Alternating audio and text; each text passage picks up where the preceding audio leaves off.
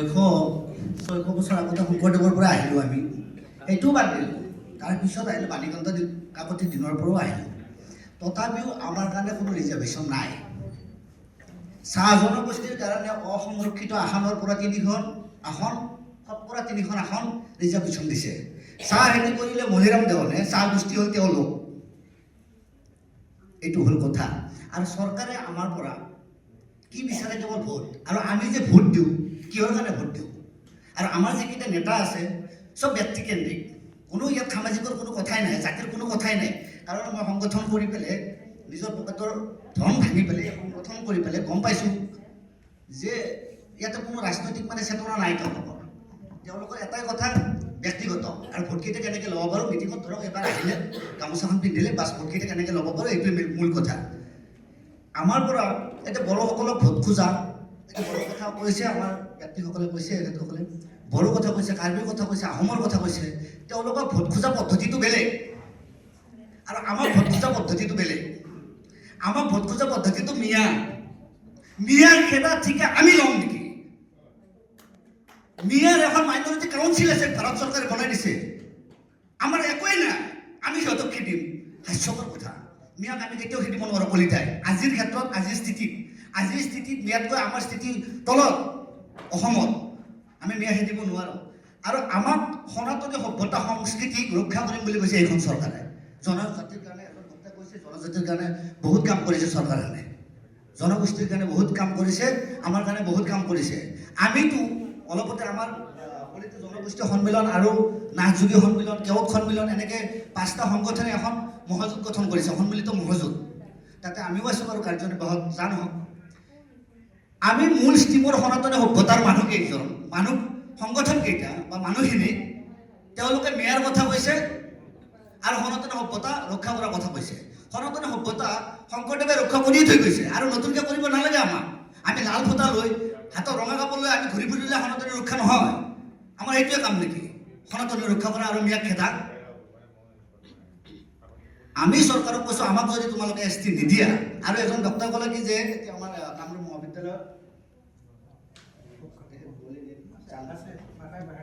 জানহক তেখেতে ক'লে আমি সন্মিলন কৰিম, আমাক সভাপতি কি বুলি কয় টিকট দিব, পাৰ্টিত অমুক দিব পদবী। পাৰ্টিত পদবী দিয়াটো বেলেগ কথা, মুখ্যমন্ত্ৰীক লগ কৰিবৰ কাৰণে প্ৰায় 2 মাহ 3 মাহ সময় লাগে, প্ৰেছাৰ দিব লাগে বিভিন্ন।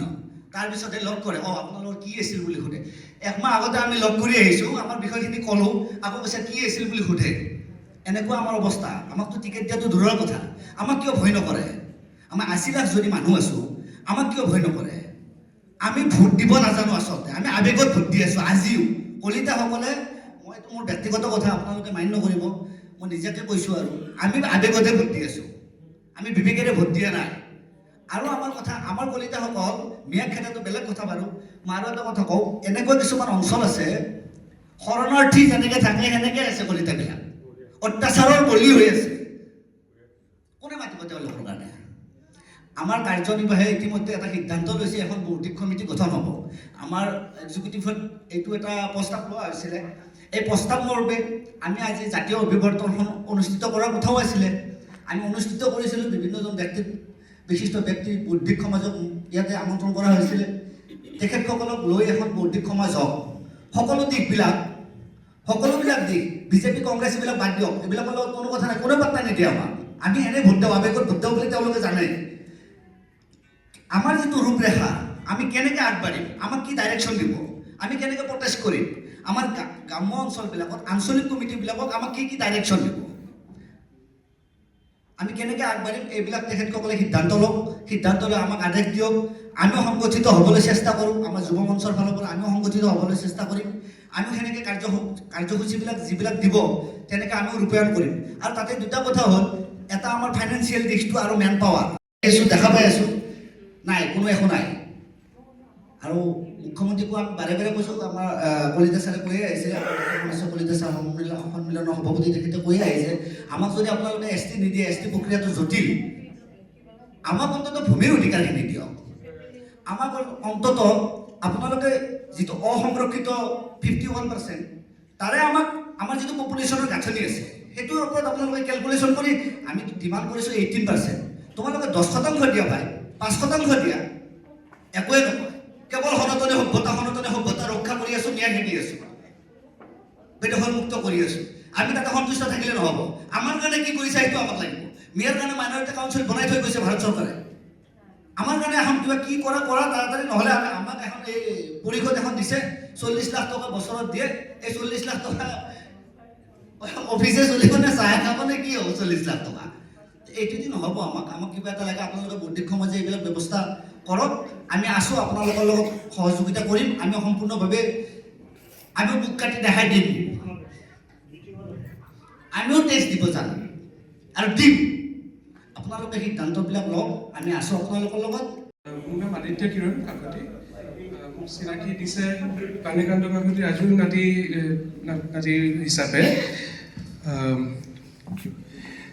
এতিয়া মই নেদাৰলেণ্ডছত একচুৱেলি মই ইণ্টাৰনেশ্যনেল হিষ্ট্ৰী আৰু এন্থ্ৰপলজি পঢ়ি আছিলোঁ তাৰ আগতে মই কেইবা বছৰ 15-20 বছৰ হ'ল মানে ইউৰোপত অসমৰ বাহিৰতে থকা কাৰণে মোৰ অসমীয়া ইমান মানে যিমান স্পষ্ট হ'ব লাগে বা যিমান শুদ্ধ হ'ব লাগে নহয় আনফৰ্চুনেটলি যদিও মোৰ ৰাজু ককাৰ বহুতখিনি যোগদান আছে ভাষালৈ এতিয়া মোৰ কাম মই বেলেগ টপিক কৰিলোঁ কিন্তু এতিয়া নতুনকৈ মই একচুৱেলি মানে পানীকান্ত কাকতিৰ কেইটামান কাম আছিলে তেওঁ সোনকালে ঢুকালে খুব সৰু আয়ু ঢুকালে তেওঁ চ' সেই কামখিনি কেইটামান থাকি গৈছিলে সেই থকা কামখিনিকে আমাৰ ঘৰতে এদিন আমি পুৰণা এটা মানে ধান যে খুন্দে তেনেকুৱা এটা সেয়া এটা আছিলে মানে সেইখিনি ভাঙি থাকোঁতে পুৰণা কিতাপ কেইটামান বিচাৰি পালোঁ আৰু সেই কিতাপ মানে একদম পচি সেয়া হৈ গৈছিলে নষ্ট হৈ গৈছিলে সেইটোকে আমি মানে বচাই ৰক্ষা কৰিবলৈ চেষ্টা কৰিলোঁ আৰু সেই কিতাপ মই গম পালোঁ কি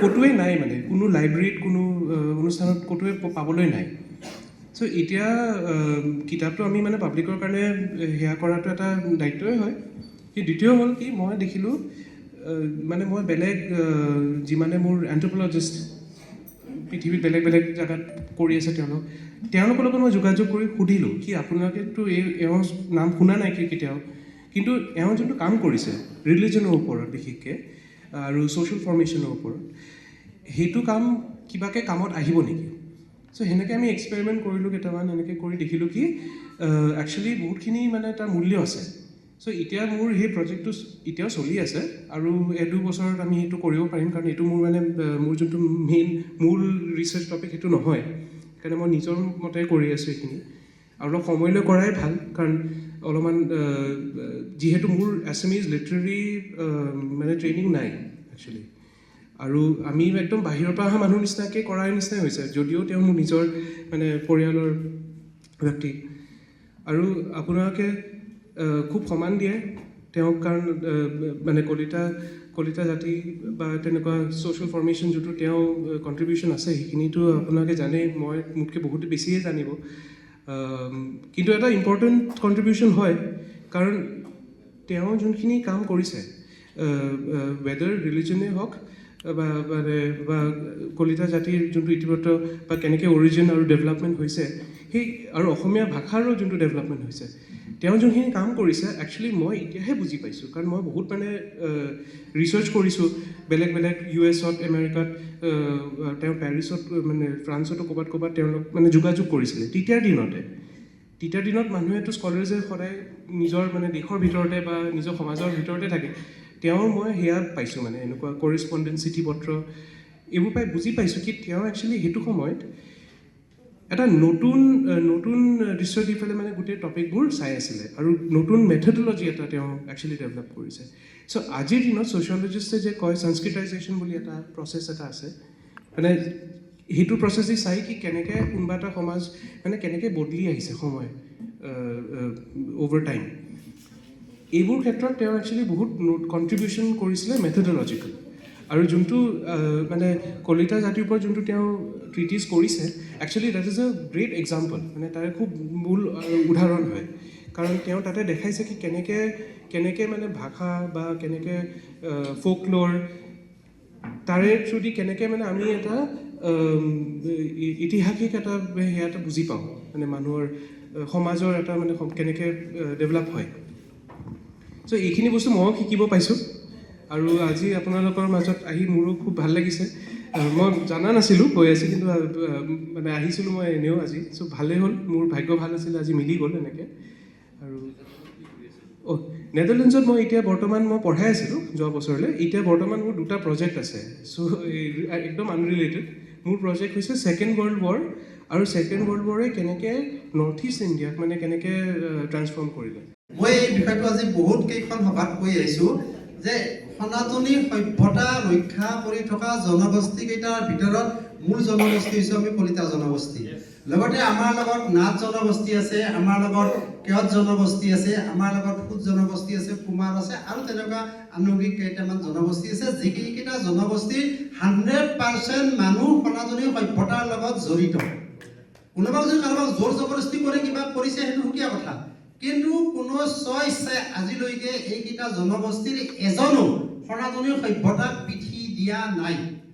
কিন্তু তাৰ বিপৰীতে অসমত এতিয়া আটাইতকৈ যিসকলে বেছি সুবিধা ভোগ কৰি আছে, বিশেষকৈ আমি ট্ৰাইবেলসকলৰ কথা ক'ব পাৰোঁ। অসমৰ ট্ৰাইবেলসকলৰ যদি আমি কথা কওঁ, এই কথাটো এতিয়া কোৱাৰ সময় আহি পৰিছে। এই কথাটো আমি কোৱাৰ সময় পৰিছে যে তাৰ এটা জৰীপ হ'ব লাগে। অসমত থকা 12.40% ট্ৰাইবেলৰ কিমান শতাংশ সনাতনী সভ্যতাক বৰ্তাই ৰাখিছে, কিমান শতাংশ? তেওঁলোকৰ আমি জানো ইয়াৰ পৰিসংখ্যা যদিও নাই, মোৰ দেন 50% তেওঁলোকে সনাতনী সভ্যতাক পিঠি দি তেওঁলোকে ইতিমধ্যে খ্ৰীষ্টিয়ানিটি গ্ৰহণ কৰিছে। এইটো হয়নে নহয়? এই প্ৰস্তাৱটো আমি আজি জাতীয় অভিমতৰ পৰা ল'ব পাৰোঁ নেকি যে তাৰ এটা জৰীপ হ'ব লাগে। অসমৰ এই যে জনগোষ্ঠী বা জনজাতি যিবোৰ আছে, তেওঁলোকে মুখ্যমন্ত্ৰীৰ কথাৰ ওপৰত নিৰ্ভৰ কৰিয়ে তেওঁলোকৰ কিমান শতাংশ সনাতনী সভ্যতাত আজি জড়িত হৈ আছে, এইটো এটা জৰীপ হ'ব লাগে। কাৰণ তেওঁলোকে সনাতনী সভ্যতাত নাইয়ে, তেওঁলোকে খ্ৰীষ্টিয়ান, আৰু লগে লগে তেওঁলোকে এনেকুৱা ভাৱত কৰিছে যে আজি যদি মানে 10% খ্ৰীষ্টিয়ান আছে, কালি 12% হ'বলৈ তেওঁলোকক বেছি দিন নালাগে, বেছি সময় নালাগে। গতিকে এই মানুহখিনিয়ে সনাতনী সভ্যতাক পিঠি দি এটা অন্য সভ্যতাৰ পিনে গতি কৰিছে, আৰু গোটেই সুবিধাখিনি ভাৰতৰ সংবিধানে দিয়া সুবিধাখিনি তেওঁলোকে এছটিৰ সুবিধাখিনি তেওঁলোকে লৈ আছে। গতিকে এনেকুৱা এটা প্ৰশ্ন যদি মই ব্যক্তিগতভাৱে সৰু সৰু মিটিঙত কৈছোঁ, কিন্তু ভয়ো লাগে। কিন্তু যদি জাতীয় অভিৱৰ্তনৰ পৰা এনেকুৱা এটা প্ৰস্তাৱ যায় যে সনাতনী সভ্যতাক মানে জনগোষ্ঠী হিচাপত কোন কিমান আছে তাৰ এটা জৰীপ হ'ব লাগে বুলি কলিতা জনগোষ্ঠী সন্মিলনৰ জাতীয় অভিৱৰ্তনে এটা প্ৰস্তাৱ চৰকাৰৰ ওচৰত দাখিল কৰিছে, মানে এটা নিৰ্ণয় হ'ব লাগে বুলি। তেনেকুৱা এটা প্ৰস্তাৱ ল'ব পাৰি নেকি? মই আমাৰ বৌদ্ধিক সমাজৰ ওপৰত এৰিছোঁ। আজি হয়তো প্ৰস্তাৱটো এটা মানে ৰূপৰেখা গঠন হওক, ইয়াৰ পৰৱৰ্তী পৰ্যায়ত আমি যিদিনাখন বৌদ্ধিক সমাজৰ মানে কোষটো মানে কোষৰ দ্বাৰা আহ্বায়িত মিটিংখন হ'ব,